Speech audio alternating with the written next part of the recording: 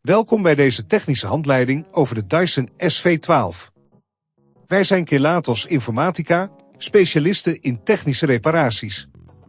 Wij halen je apparaat thuis op, voeren een gratis diagnose uit en sturen je een offerte voor de reparatie.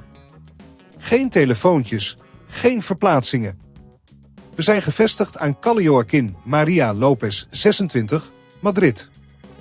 Handig, transparant en professioneel. Link in de beschrijving.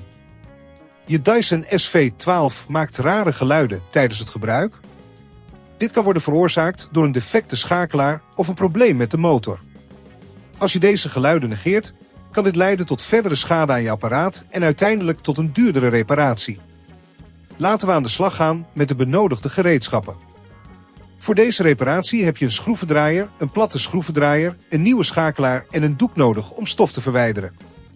Zorg ervoor dat je alles binnen handbereik hebt. Nu we de tools hebben, gaan we beginnen met de stap-voor-stap reparatie. Begin met het uitschakelen van je Dyson en haal de accu eruit voor je veiligheid. Gebruik de schroevendraaier om de schroeven aan de achterkant van het apparaat te verwijderen. Zorg ervoor dat je ze op een veilige plek legt, zodat je ze niet verliest. Zodra de schroeven zijn verwijderd, kun je de behuizing voorzichtig openen. Let op, forceer het niet, want dat kan andere componenten beschadigen. Kijk nu naar de schakelaar. Dit is het onderdeel dat waarschijnlijk de rare geluiden veroorzaakt. Verbind de platte schroevendraaier voorzichtig om de schakelaar los te maken en trek hem uit zijn houder. Neem de nieuwe schakelaar en plaats deze op dezelfde plek als de oude. Zorg ervoor dat het goed vastzit.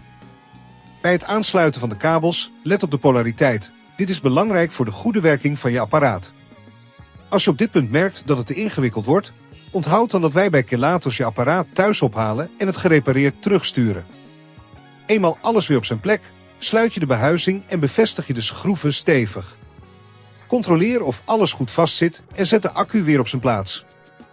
Zet het apparaat aan en luister of de rare geluiden zijn verdwenen. Als alles goed werkt, ben je klaar. Om te voorkomen dat dit probleem zich in de toekomst opnieuw voordoet, is het raadzaam om je Dyson regelmatig schoon te maken en de filters tijdig te vervangen. Zorg ervoor dat je ook geen grote objecten opzuigt, want dat kan schade aan de motor veroorzaken.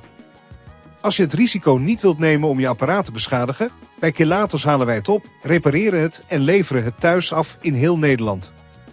Link in de beschrijving.